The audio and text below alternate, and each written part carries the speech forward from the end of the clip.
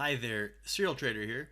So I got a request to do a video on XLC, and that's the Communication Services ETF. And it kind of stands out to me because even though the overall market has just been beasting and making new highs and gapping up almost every day and all these things, this chart looks significantly weaker. And also given that the overall market looks like it's just about peaked out, at least in the near term, and due for some sort of a give back, that makes me think that this will have even more of a downside move when that happens. So given that context, the way I see this, looks like we got a 5-wave move down for a potential wave A. Now it looks like we're either working or potentially, given that candle on Friday, just completed the ABC up for a larger wave B.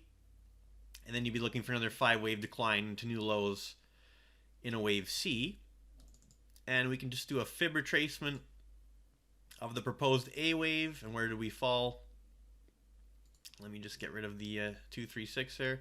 So currently, it's a relatively weak retracement, only between the 38.2 and 50% retracement. So if it stays just in that zone, that's a relatively weak retrace and encouraging for another leg down. Once you get into the 618 or beyond the 618, if it doesn't hold, you start getting more concerned that, well, no, this isn't just a retracement, but we're heading up for new highs. But that doesn't look like it's the case here on XLC. And let's just throw up a corrective channel here on our ABC up. So nicely contained within a parallel trend channel. So currently looking corrective. And again, that rejection bar on Friday may very well have been the top of C. If we do a relationship between A and C, where do we fall? Not quite to the equality relationship. We'll just leave up the 786 and equality between A and C. So I kind of like this confluence here of fib retracement zone and also AC relationship, and then our nice rejection candle on Friday. So if we're on the right track here, we're either going to peak out soon, or we already have the peak there as of Friday. And as far as some downside targets, so we'll just assume that the B is in and project the relationships between A and C off of that current level. So I'll do a few of them here. So just a 618 relationship between A and C off of the B will get us down to 77.64. A 786 relationship would get us down to 76.36. And an equality would get us down to 74.73.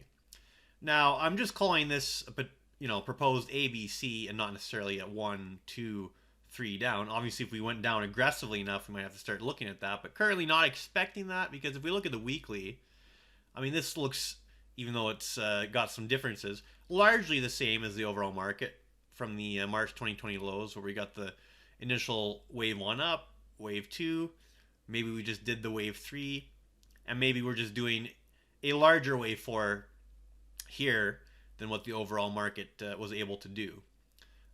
So I'm still viewing this overall as just a corrective pullback, even though on the daily chart or lower, it's a pretty nice potential downside trade setup to catch this, proposed C wave down.